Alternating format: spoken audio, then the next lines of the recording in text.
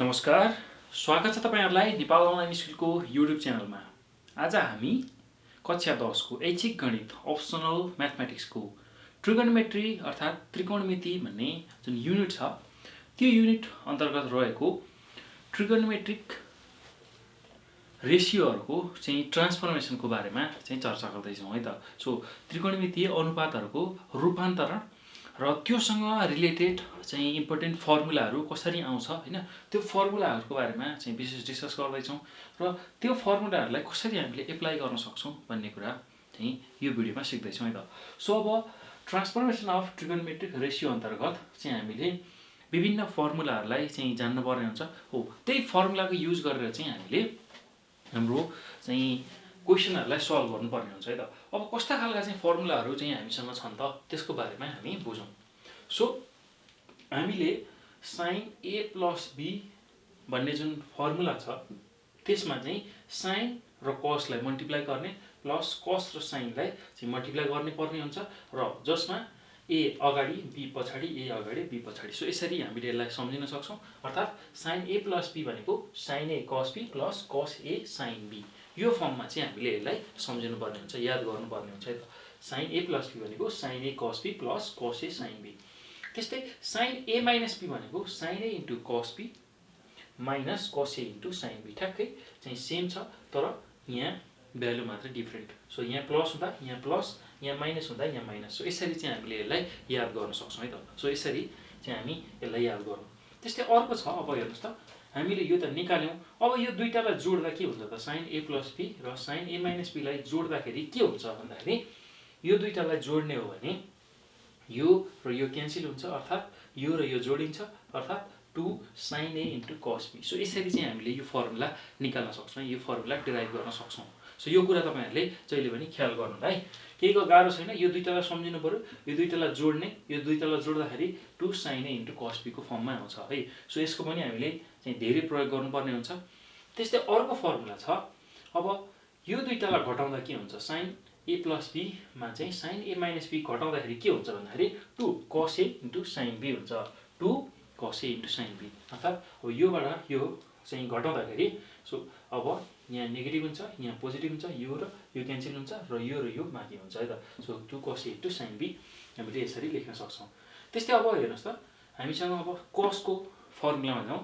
cos a + b भनेको चाहिँ के हुन्छ भन्दाखेरि cos a * cos b - sin a * sin b। ठ्याक्कै यसको चाहिँ उल्टो छ है। सो यहाँ प्लस छ भने यहाँ नेगेटिभ साइन हुन्छ भनेर हामीले चाहिँ बुझ्नु पर्यो है। यहाँ प्लस साइन छ भने यहाँ माइनस साइन हुन्छ भनेर बुझ्नु पर्यो। त्यस्तै अब यहाँ माइनस साइन छ भने यहाँ चाहिँ प्लस साइन हुन्छ भनेर बुझ्नु पर्यो है। यसलाई यसरी हामीले याद गर्नु पर्यो। cos a - b भनेको cos a * cos b + sin a * sin b, यसरी चाहिँ हामीले यसलाई याद गर्नुपर्ने हुन्छ।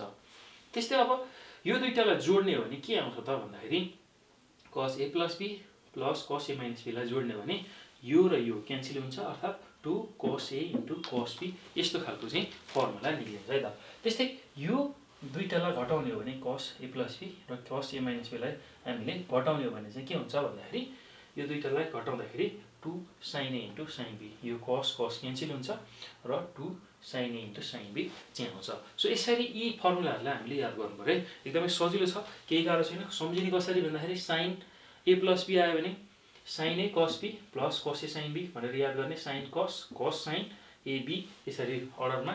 यहाँ प्लस छ भने यहाँ प्लस, यहाँ नेगेटिभ छ भने यहाँ नेगेटिभ। सो यसरी हामीले सम्झिन सक्छौं। त्यसैगरी अब यो दुईटालाई जोड्दाखेरि हामीले सजिलै यो टर्म निकाल्न सक्छौं। यो दुईटालाई हामीले याद गरेका छौं भने पहिलो र दोस्रोलाई। त्यस्तै अब यो दुईटालाई हामीले याद गर्नु पर्यो। cos a + b भन्यो भने cos a * cos b, cos multiply गर्ने, sin मल्टिप्लाई गर्ने, यहाँ प्लस भन्यो भने यहाँ माइनस, यहाँ माइनस भयो भने यहाँ प्लस है त। सो यति कुरा हामीले याद गर्नु पर्यो। अब यो याद गरिसकेपछि यो दुईटालाई त जोड्ने बित्तिकै र घटाउने बित्तिकै यो भ्यालु त आइ नै हाल्छ है त। सो यति कुरा जानिसकेपछि अर्को सबैभन्दा इम्पोर्टेन्ट र धेरै युज हुने फर्मुलामा चाहिँ के छ भन्दाखेरि sin c + sin d। So अब यो फर्ममा चाहिँ आयो हाम्रो चाहिँ ट्रिगोनोमेट्रिक रेशियोहरु यसरी चाहिँ जोडिन आयो भने त्यति बेला के गर्ने भन्दाखेरि 2 * sin c + d / 2 * cos c - d / 2। हेर्नुस् त, sin र sin जोड्दा sin र cos, sin मा sin घट्दाखेरि cos र sin, यसरी हामीले याद गर्ने है। सो sin र sin, sin cos, साइन र साइन कस साइन है त। सो यहाँ प्लस हुँदाखेरि साइन कस, यहाँ माइनस हुँदाखेरि cos sine, C plus T by two C minus T by two. त्यस्तै अब कस सी प्लस कस टी हुँदाखेरि cos cos cos c plus T by two cos c minus T by two, यसरी हामीले यसलाई याद गर्न सक्छौँ। त्यस्तै अर्को छ कस, अब C minus D by C minus D नै गर्न सकिन्छ, तर त्यो गर्दाखेरि यहाँ नेगेटिभ आउँछ, त्यसलाई नेगेटिभ नलेखिकन यतापट्टि राखेर लेख्दाखेरि चाहिँ के हुन्छ भन्दाखेरि कस डी माइनस कस सी भनेको चाहिँ 2 sine C plus T by two into sine C minus T by two. हेर्नुहोस् त, कस सी माइनस कस टी गऱ्यो भने चाहिँ यहाँ -2 आउँछ है, -2 आउँछ। त्यसलाई यता नराखिकन यतै राख्दाखेरि चाहिँ डी माइनस सी भनेर हामीले भन्न सक्छौँ होइन। सो कस डी माइनस सी भन्यो भने चाहिँ साइन लिने C plus T by two C minus T by two. सो यति कुरा चाहिँ हामीले याद गर्नु पऱ्यो है त। सो अब त्यसकै चाहिँ एउटा इक्जाम्पल हेरौँ कसरी चाहिँ युज हुने रहेछ। जस्तै कि sine C plus sine D, sine 30 degree plus sine 150 degree. ल यो चाहिँ हाम्रो नोन भ्यालुवाला भयो होइन। यदि नोन भ्यालु चाहिँ नभएको केसमा, जस्तै साइन 30 को भ्यालु हामीसँग एक्ज्याक्ट छ, साइन 150 को पनि एक्ज्याक्ट भ्यालु छ, र यदि नोन भ्यालु भएन अरे, जस्तै कि यो चाहिँ हाम्रो 40 भयो अरे, अथवा कुनै एउटा भ्यालु जुनसुकै लिन सकिन्छ हो, यस्तो भएको केसमा चाहिँ हामीले के गर्ने भन्दाखेरि साइन यो भनेको सी यो भनेको D, sine C plus sine D भनेको 2 sine 40 degree plus 150 degree divide by 2 गर्ने इन्टु कस 40 माइनस 150 डिभाइड बाई 2। सो यस्तो फर्ममा चाहिँ हामीले एक्सप्रेस गर्नुपर्ने आउँछ है त। यस्तो फर्ममा चाहिँ हामीले लेख्नुपर्ने आउन सक्छ होइन।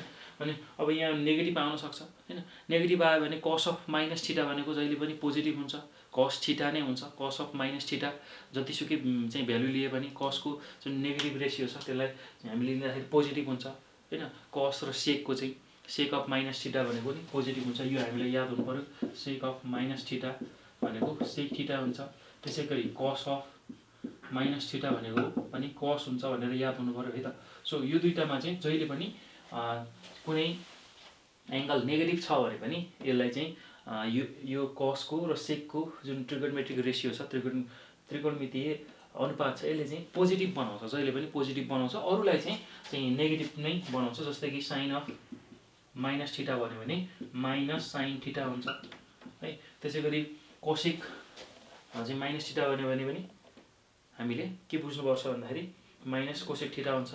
टेन अफ माइनस थिटा भन्यो भने माइनस टेन थिटा, अनि कट अफ माइनस थिटा भन्यो भने माइनस कट थिटा। सो यो चाहिँ हामीले याद गर्नु पर्यो। सो यसरी चाहिँ यस्ता खालका चाहिँ फर्मुलाहरू युज गरेर यस्तै खालका चाहिँ क्वेसनहरू हामीले सल्भ गर्न सक्छौँ। सो यति कुराहरू चाहिँ तपाईँहरूले चाहिँ याद गर्नु पर्यो। यो सूत्रहरूलाई एकदमै राम्रोसँग जान्नुपर्छ, राम्रोसँग चाहिँ याद गर्नुपर्छ होइन। मैले याद गर्ने तरिका पनि भनेको छु।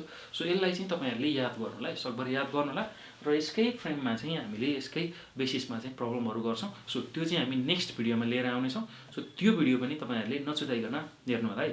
सो यहीसँग यो चाहिँ ट्रान्सफर्मेसन अफ ट्रिकोनोमेट्रिक रेसियो, त्रिकोणमितीय अनुपातहरूको चाहिँ रूपान्तरणको चाहिँ प्रब्लमहरू जुन चाहिँ एसईमा हामीलाई सोधिसकेको छ हो, त्यो एसईमा सोधिसकेको क्वेसनहरू हामी नेक्स्ट भिडियोमा लिएर आउनेछौँ। सो त्यो भिडियो पनि तपाईँहरूले चाहिँ अन्तिमसम्म हेर्नु होला, किनभने त्यसमा पनि एसईमा सोधिसकेका महत्त्वपूर्ण क्वेसनहरू चाहिँ समावेश हुनेछन् है त। सो यति भन्दै म यो भिडियोबाट बिदा हुन्छु, र तपाईँहरू सबैजनाले चाहिँ यो भिडियो हेरिसकेपछि यसलाई सक्दो सेयर गर्नु होला, लाइक गर्नु होला, कमेन्ट गर्नु होला, र नेपाल अनलाइन स्कुलको युट्युब च्यानललाई सब्सक्राइब गर्न नभुल्नु होला है त।